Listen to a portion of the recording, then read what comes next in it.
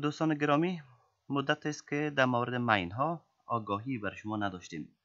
این به این معنا نیست که خطر ماین‌ها کاملا رفع شده. به خاطر یادآوری دوباره توجه کنین به داستان کوتاه در این مورد.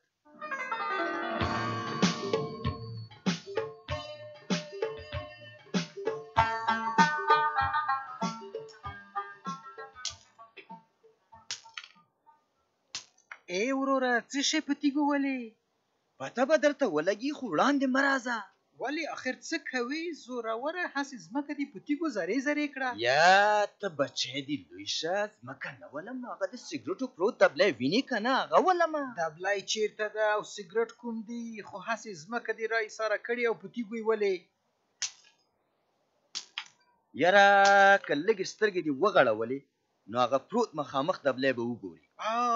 ومې لید، ښه شو چې مفت سګرټ مې وموندل. ما خو د سهار نه را په دې خوا یو سګرټ هم نه دی څکولی، اوس به ترې یو وڅکوم. یاره وروره که زه ستا په ځای شم نو لاس به هم ور نه وړم.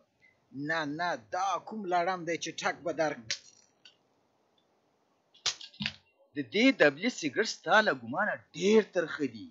ته لا اوس دې کدو سري ته ګوره، که ډېر هم ترخه شي خو زما له نسوارو نه خو نه ترخېږي. های های رانه خطا شو. ستا خو به ترخه سګرټ خوښېږي، خو دا لا څه بل شانې ترخه دي وروره، دا به دې خوښ نه شي. دې خواته شه وروره، زه وسوسي سړی نه یم، خو بس یو تریخ لوګی غواړم چې چورت مې په برابر شي. ولې خدای مکه په دې لوګي به دې له سره لوخړې وخیږي. زه تېر شه، ته چې هر څه وایې وایه، خو زه ترې نه یو دانه سګرټ څکوم. وروره ما خپله ملامتیا خلاصه کړه، ما درته وویل اوس نو دې خپله خوښه، خو که خوله دې ورله وړوړله نو ژامې به دې در ماتې کړي. ته وسوسي وسوسي او زما په دې وسوسو باور نشته. سمه ده، خو دومره ودرېږه چې د تیږې کوم ګزار پرې برابر شي نو بیا به درته په خپله معلومه شي.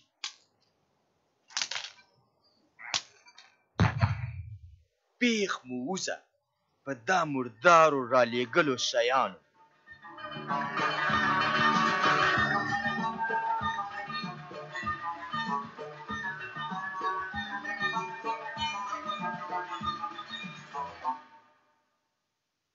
اینجا لندن است، رادیوی BBC.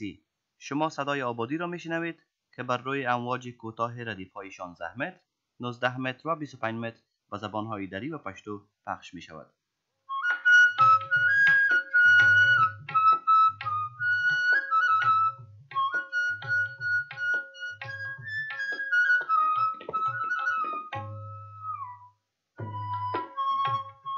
درنو اوریدونکو، دا لندن دی او تاسو زموږ د آبادۍ غږ اونیزه خپرونه په لنډو څپو 16 19 او 25 مترو باندې په پښتو او دري ژبو اورئ. لکه څنګه چې نجیب جان درته وویل، د ډېرې مودې څخه موږ د آبادۍ غږ په خپرونه کې د ماینونو ډرامې نه دي وړاندې کړي. د دې معنا دا نه ده چې ګواکې د ماینونو خطر رفع سوی دی. نو واورئ په دري ژبه یوه لنډه ډرامګۍ.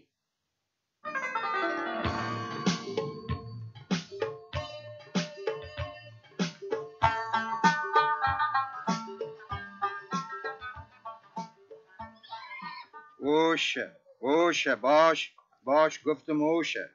چرا بیادر؟ خیریت خوب باشه؟ پیاده را سنگ گرفتن، مثل که راه بنده است. اونجا را سگ کنین، اون مثلث سفرنگه.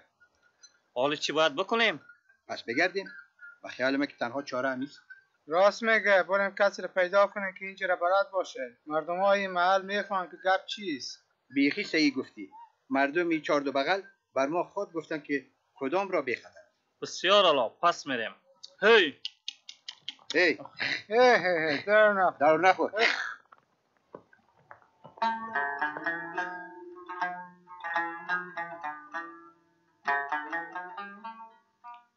خانواده هایتان را در مقابل ماین‌ها محافظت کنید. هرگاه علامه های مخصوص ماین را می‌بینید، از پیشروی خودداری کنید. قطار سنگ هایی که جاده را مسدود کرده است نشانه خطر است. برگردید و از مردم آن محل درباره آن بپرسید. سفرتان را به سوی خانه هایتان به خیر می خواهیم.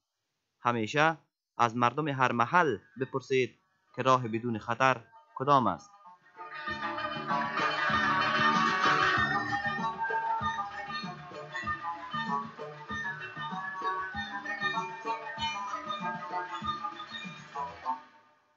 او اوس تاسو پاملرنه د کرهنې او پروګرام ته راګرځوم.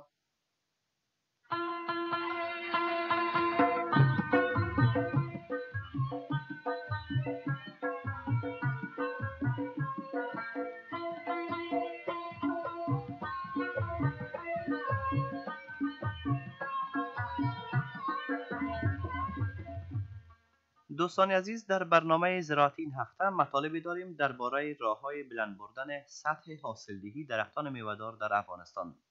تخمیناً 110,000 میوه نهال‌های مختلف در منطقه سوات در پاکستان غرس گردیده و قرار است نهالشانی این گونه درختان در افغانستان نیز انجام شود. یک باغبان افغان که مسئول نگهداری این نهال‌های جدید است، با دهقانی در لوگر صحبت‌هایی داشت که اینک می‌شنویم. دا بوزغلې په عمومي توګه د مڼو او ناکو د ونې دی. د دې ونو بوزغلې د ازمویښت او نندارې په غرض کرل شوې او وروسته به په افغانستان کې د میوهدارو ونو لپاره په مناسبو سیمو کې نال کړی شي. د مثال په ډول دا راز میوهدارې ونې د ننګرهار، ارزګان، قندهار، وردګو او د لوګر د ولایتونو په ځمکو کې ډېرې ښې کېږي. دا سیمې د سمندر د مخ څخه لوړوالی لري. په دې حساب څو کاله وروستو کله چې دا ونې میوه ونیسي، نو باغ لرونکي به په خپلو سترګو د دې ونو ارزښت او ګټورتیا وویني. زه د مڼو سره زیاته مینه لرم. ما اورېدلي دي چې د نړۍ د مڼو په حاصلاتو کې د ساینسي طریقو او نوي تخنیکونو په واسطه لوی بدلون منځته راغلی دی. هو، دا خبره رښتیا ده.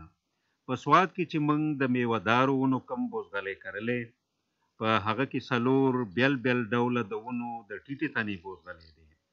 موږ زیاته علاقه د منځنۍ تنې د مڼو د ونو د بوزغلې سره لرو، ځکه چې د مڼو د ونو د منځنۍ تنې بوزغلې به د ونې په سر زیاتې مڼې کوي او دا به د داسې ونو د ترلاسه کولو په لور یو ګام وي چې ښاخونه یې سره ټول او باغ یې په اسانۍ سره اداره کېدی شي.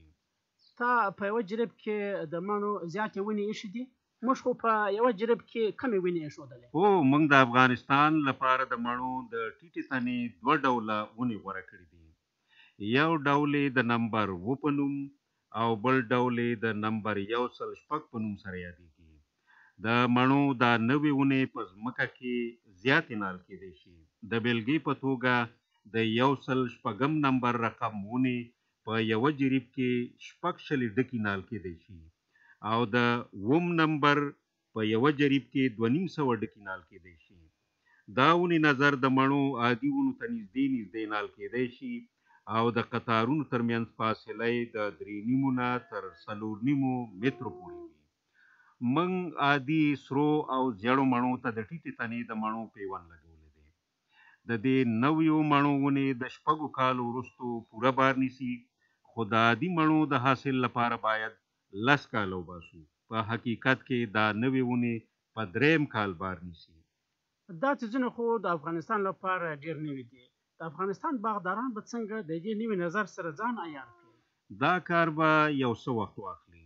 موږ به یو بزګر په دې کې تربیه کړو چې څنګه دا نوې ونې وروزي. کله چې دا بزګر د خپلو مڼو لومړی میوه خرڅه کړي، نو بیا به ډېر ژر نور بزګران د هغه په پل کېږدي.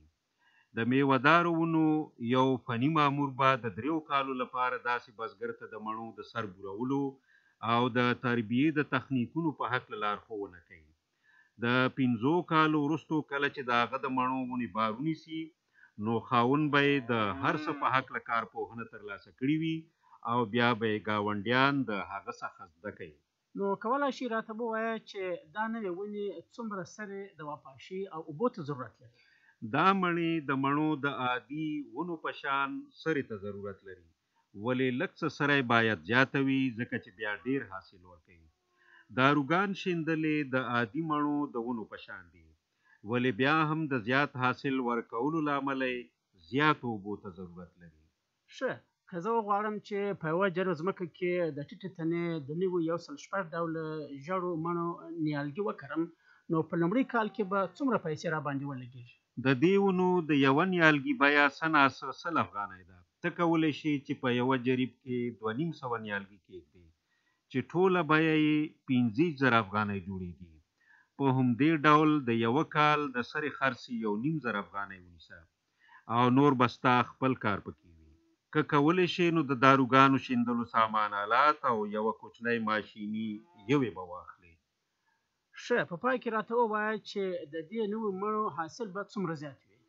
که چېرې موږ عادي سرې مڼې فرض کړو نو د دې مڼو د نوي تخم د یو جریب باغ نه یو با تجربه باغبان 20 خرواره مڼې اخیستلی شي. په اوس وخت کې د دې مڼو یو خروار په 15000 افغانۍ دی. نو په دې حساب د یو جریب باغ څخه سړی کولی شي چې په کال کې 15 لکه افغانۍ وګټي.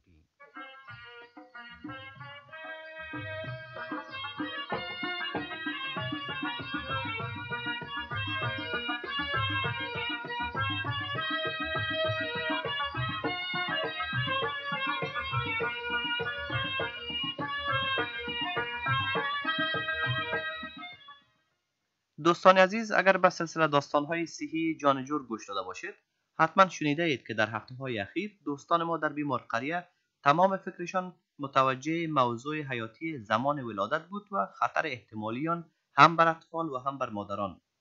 تصادفاً این هفته سازمان جهانی صحت کنفرانس دو روزه‌ای در همین مورد در ژنوا برآ انداخته و شما راپور این کنفرانس را از زبان همکارم سعیده میشنوید. د یو ریپورت له مخې چې د نړیوال روغتیا د تنظیم و کانفرانس ته وړاندې شوی دی، 9 میلیون ښځې هر کال بې موجبه پرلنګون یا د کوچني د زیږېدو په وخت مري.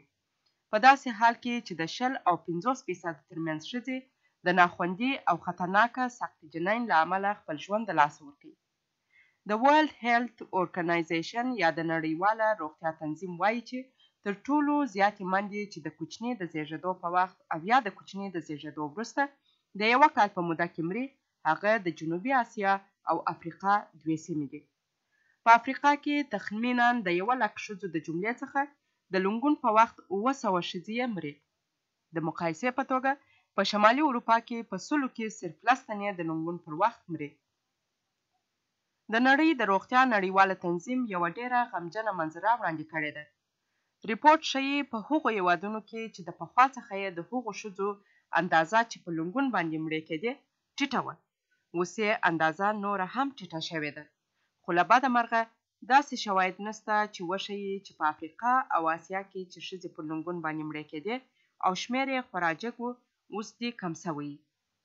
د نړۍ د روغتیا نړیواله تنظیم وایي چې د دا ډول مرګونو شمېر موږ کولی سو چې په 3 اسانو طریقو باندې نیمایي کړو. هغه 3 طریقې دا دي: اول، لاسونه باید پاک صاف وي. دوهم، هغه ځای باید صاف وي چیرې چې کوچنی پیدا کیږي. دریم، هغه تار یا سپنجسۍ باید پاک وي چې د کوچني نو په تړل کیږي. خب پس تاکید در مورد پاک بودن دست‌ها و ظرف‌ها که عبدالکریم همیشه میگفت او اختر بیبی هم بله هر دوشون فکر میکنم تمام حرفایشان در موردی که باید هر چیز با صابون بشوییم و باید مطمئن باشیم که همه چیز کاملا پاک باشه. گفته‌های سازمان جهانی صحت هم گفتارشان تایید میکنم. میخی درسته ده. او که زه غلطی نکوم نو د نن د جانی جوړ په پروګرام کې هم د پاکي او صفایي په اړه ځینې نور هدایت ورکول شوي دي. نو راسئ چې غوږ ورته ونیسو.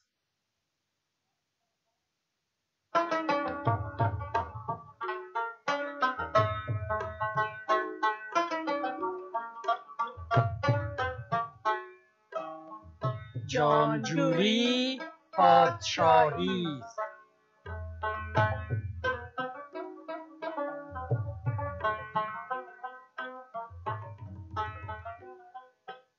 شنوندای عزیز سلام. بازم به بیمار قریه خوش آمدید. در پروگرام هفته گذشته اختر بیبی زن با تجربه قریه و دایی که در عین زمان مادر مبلغ صحی قریام است دعوت شده بود تا همراه زن در به دنیا آوردن کودکش کمک کنه. پیش از اینکه اختر بیبی بره، پسرش عبدالکریم در تهیه چیزا و وسایل مورد نیازش همراهش کمک کرد. وقت زادن اگر دهی یاری، تو زنی را و یاد بسپاری تیغ تازه بگیر و پنبه پاک، دست و دندان بشوی و کن مسواک. تکه پاک هم فراوان بر، از کثافت ممان تو هیچ اثر. بعد زادن بکن به تسکینش، پیچکاری ارگومترینش. و عبدالکریم قصه دردناکی در مورد خطر به کار بردن ارگومترین یا دوای مشابه پیش از ولادت برای مادر خود گفته بود که اختر بیبی او را همیشه به خاطر خواهد داشت و درست بعد از اینکه عبدالکریم قصه را دفعه دوم برای مامای خود سید حسن گفت، کسی از اولی صدا کرد که خاله جان برای بردنتان آمدن. خود دیگه من بخیر رفتم، زود شوینم چیزای ما بتن. و ما برای شنوندای عزیز خود وعده داده بودیم که در هفته آینده برشان بگوییم که نوزاد بیمار قریه بچه بوده یا دختر. اما متاسفانه اوضاع در مسیری که توقع می شد پیش نرفت و اندکی بعد اختر بیبی پس آمد. مادر جان اینه بخیر پس آمدین، لکن چرا اینقدر زود؟ خوره بچه بود یا دختر؟ هیچ کدامش نه. چی؟ هیچ کدامش نه؟ مقصد دیش که دوگانگی بود؟ چقدر خوب. نه دوگانگی هم نبود، درد کاذب بود. خیر و پرده، من صبح کاذب شنیده بودم و این حال درد کاذب از غارم میشنوم. درد کاذب چیست؟ آخر در خانه او زن اولاد میشه یا نه؟ معلوم دار به خانهش اولاد میشه، لکن امروز نه. هنوز وقت پیدا شدن اولاد نرسیده بود، ممکن چند روز بعد پیدا شود. خوره من میگم شر بخیره که خیر ما باشه. خوب شد که درد او زن کاذب بود، حالی از خانه دوستم عبدالله پشت آمده بوده. خبر خود داری که او هم چشم برای اولاد هستن. حالا بخیر طرف خانه اونها میری. بابا چند دقیقه بشی و دمت راست کو و باز بخیر برو. چی؟ هنوز عرقم خشک نشده باز برم؟ خدا کنه که یام درد کاذب نباشه. خب من میرم دیگه، چی کنم؟ چیزایم خود تیار است. پاکی نو، پنبه نو، صابون دستشویی، برس ناخون و تکه پاک. فکرت باشه خوارک که عمو دواره اونموره که کسی درناکش عبدالکریم گفت غلط نکنی. بیغم باش، من زود دوا بعد از ولادت کار میگیرم. حتی اگه اونا بخواین من پیش از ولادت ازش کار نمیگیرم. لکن این درد خب مادر بیچاره را میکشه. عبدالکریم جان ماماش هیچ تو دوا نیست که درد زاییدن آسان بسازه؟ نه ماما جان نیست. درد زاییدن داد خداست و انسان نمیتونه تبدیلش کنه، لکن میتونیم چیزایی کنیم که زن احساس آرامش کنه. مثلا چی چیز؟ مسئله مهمی است مادر جان که تا حد ممکن باید مهربان باشیم و برای زن اجازه بدیم هر چی که دلش میخواه باید بکنه. مقصد چیسته؟ مادر جان شما خو میفهمین که ولادت طفل برای زن یک امری طبیعی میباشه. پس دیگه زنها او را باید به عنوان یک زنی معمولی در نظر بگیرن و او را نترسانن. لکن معلوم دار معمولی نیست. او چیست؟ او خو مریض نیست، او خو در حال مردن نیست. کاری که او انجام میده یک چیزی طبیعی است، لکن بسیار دردناک. بسیار دردناک هست. پس دیگه زنها او را باید تسلی بدن، مطمئن بسازن و کمک کنن که او احساسی آرامش کنه. حالا فهمیدم که مقصد چیست. دیگه زنها نباید چیزی بگوین که او را ملامت کنن، به تشویش بسازن و بترسانن. درست است. این را راست میگی. زنان نباید او زن بیچاره را ملامت کنن یا بترسانن. لکن ما شنیدیم مادر جان که زنها این کار را میکنن. راست میگی. بسیاری زنها هم این کار را میکنن. این کار بسیار بد است و این عادت باید از بین بره. بله، اگر زنها با زنی که دچار درد زایمان است پیش آمدی درست کنن، او زن احساس آرامش بیشتر میکنه. لکن هیچ کمک دیگه کردن نمیتونیم. مقصد نیست که درد کم آسانتر بسازیم. والا چی بگویم برای آسانتر ساختن درد یک دو سه چیزاست که وضع زن تا حد بهتر میسازد. مثلا کدام چیزا؟ این چیزا در حقیقت شامل پیش آمدی دیگه زنها امرای زنی که درد میکشه بوده میتونه. به طور مثال میتونین برای زن کمک کنین که بخیزه و قدم بزنه و در وقفهای درد در دیگه اتاق بره و دیگه زنها را ببینه. این کار بسیار بهتر از است که زن در یک گوشه بیفته و به تنهایی احساس بیکسی و بیچارگی کنه. لکن زنی که درد میخوره عموما ترجیح میده که آرام باشه. شاید از خاطر که درد داره خسته است. بله میفهمم و این مشکل قابل درک هم است. لکن اگر زن تشویق شود که تا حد امکان وضع خود یک عملیه عادی و معمولی فکر کنه و بخیزه و طرف حرکت کنه، یعنی در وقفه درد، این کار برش بسیار مفید است. خب خیلی تو یقین داری که خیستن و راه رفتن برش کدام نقص نداره؟ نه مادر جان، هیچ نقص نداره. این کاری است که دکترها و نرسا در این روزا بسیار زیاد توصیه میکنن. خیلی دیگه دکترها و نرسا که میگن باید ازش تجربه داشته باشن. هرچی باد آباد، من خود تجربه میکنمش. بسیار خوب. دیگه باید چی کنه؟ خودت خود گفتی 3 چیز. بله، دیگه چیزایش هم همینطور کارهای ساده و معمولی میباشه. دیگه چیزی خوب برای زنی که درد میخوره نوشیدنی بسیار زیاد چای شیرین میباشه. نوشیدن چای شیرین؟ بله، چای شیرین از یک سو انرژی میده و از سوی دیگه جلوی خشک شدن بدن میگیره و خودتان خوب میفهمین مادر جان که خشک شدن بدن خطر داره. لکن اگر چای شیرین بسیار بخوره خب همه قگلا بروید پر جواب چای میره. بله میفهم، یا نوز بهتر، از خاطری که در بیرون آمدن بچه هم کمک میکنه. راستی؟ چقدر خوب که فهمیدم. بله مادر جان، بسیار زیاد فایده داره ایچ داره. لکن بچه فکر نمیکنم که زنی که درد بخوره آرزو داشته باشه که بسیار برای جواب چای بره. یعنی معمولا زنا نمیرن. نه نمیرن، ایره خو میفهم. لکن ای از خاطری است که آرام در جای میفتن. اما اگر خودت اونا را تشویق کنی که در وقفه درد بخیزن و راه بگردن، در این صورت چای خوردن هم برشان یک عملی عادی میشه. بله، این گپت خب معقول معلوم میشه. و تمام این کارا در بیرون آمدن سری بچه هم بسیار کمک میکنه. بسیار خوب، کل گپایت معقول معلوم میشه و ما هم دفعه میزنه کمک میکنم که رقم گفته خودت عمل کنه. بله مادر جان، تجربه کنین و خواد دیدین که این چیزا برای طفل و مادر هر دو فایده میکنه. بله تجربه میکنم. خب حالا ببینیم که کل چیزایم تیار کردیم یا نه. این خب پاکی نو، یام پخته، برس ناخون، صابون، تکه پاک. حالا دیگه هم گولی های ما میگیرم. اینه مادر جان، این هم گولی ارگومتری. چی؟ گولی؟ پیچکاری از گولی که خوب نیست؟ نه، برای حالت معمولی گولی خوبتر است، به خطرتر است. لکن اگر خونریزی زیاد بود پیغام روان میکنم خودت عبدالکریم بچه امام سامان که پیچکاری رو برام روان میکنی. لکن چرا از ما اول پیچکاری نمیکنی؟ از خاطر که خطرناک است. چرا نمیفهمی؟ ای ساده خدا را سیل کو. خطرناک است. پیچکاری چی خطر داره؟ خود سوزن چخ و بمبر پچخ و دوا داخلی وجود میشه و بس خلاص دیگه. چرا چتیات میگی برادر گل؟ پیچکاری بسیار مغلق و پیچیده است. سوزن باید جوش داده شود، پاک باشه و هیچ وقت باید سوزن دست نزنی و کدام خاشه گرد به سر سوزن یا سرنج ششت بیا و پوره کن.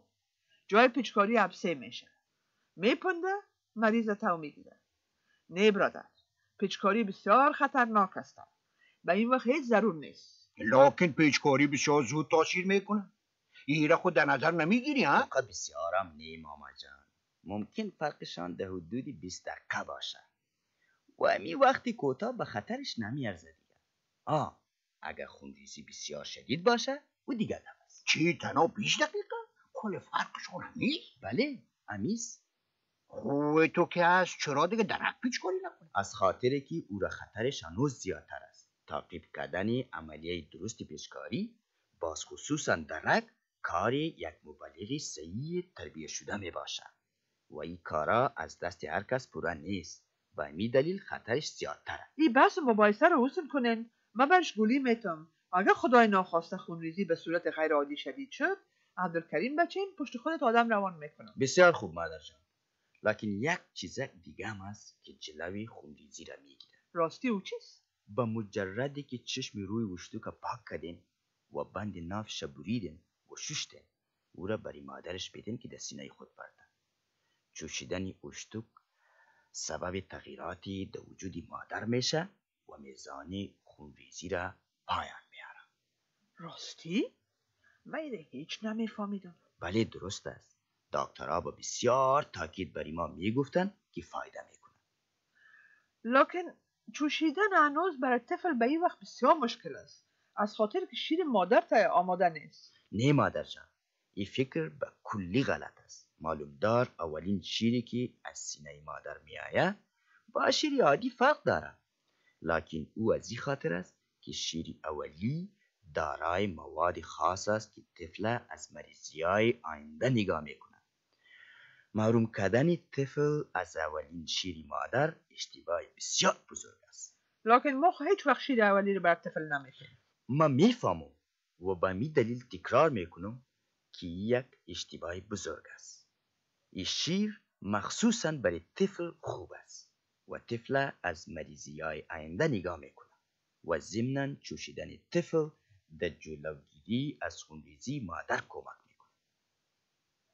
این یک نظامی بسته به یکی دیگه و بسیار عجیب است و ضایع ساختن این شیر غنی و پر از مواد ضروری غیر از نادانی کار دیگه نمیتونه باشه مادر جان. اوه چیزی را که خداوند جل جلاله شانه در شیر مادر برای طفل معصوم داده چطور میتونه ضرر داشته باشه؟ او روز در مسجد مولوی صاحبم همین گپ عبدالکریم تصدیق کرده. مولوی صاحب گفت که اگر این شیر ناپاک و خراب می بود قرآن کریم و همونطور که دیگه خوردنی های ناپاک برای ما خبر داده و اجمی خبر میداد.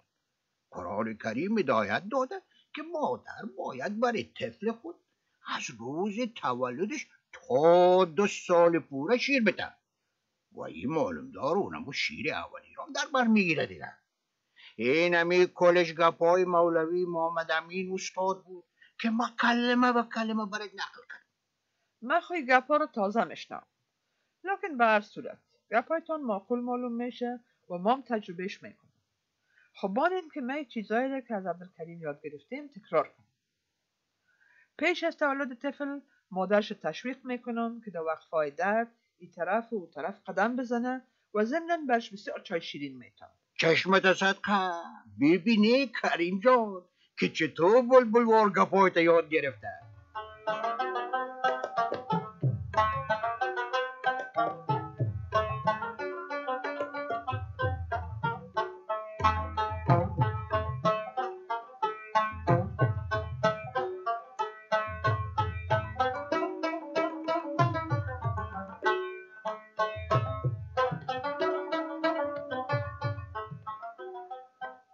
درنو اوریدونکو زموږ د ابادۍ غږ اونیزه خپرونه په همدې ځای سرته رسیږي.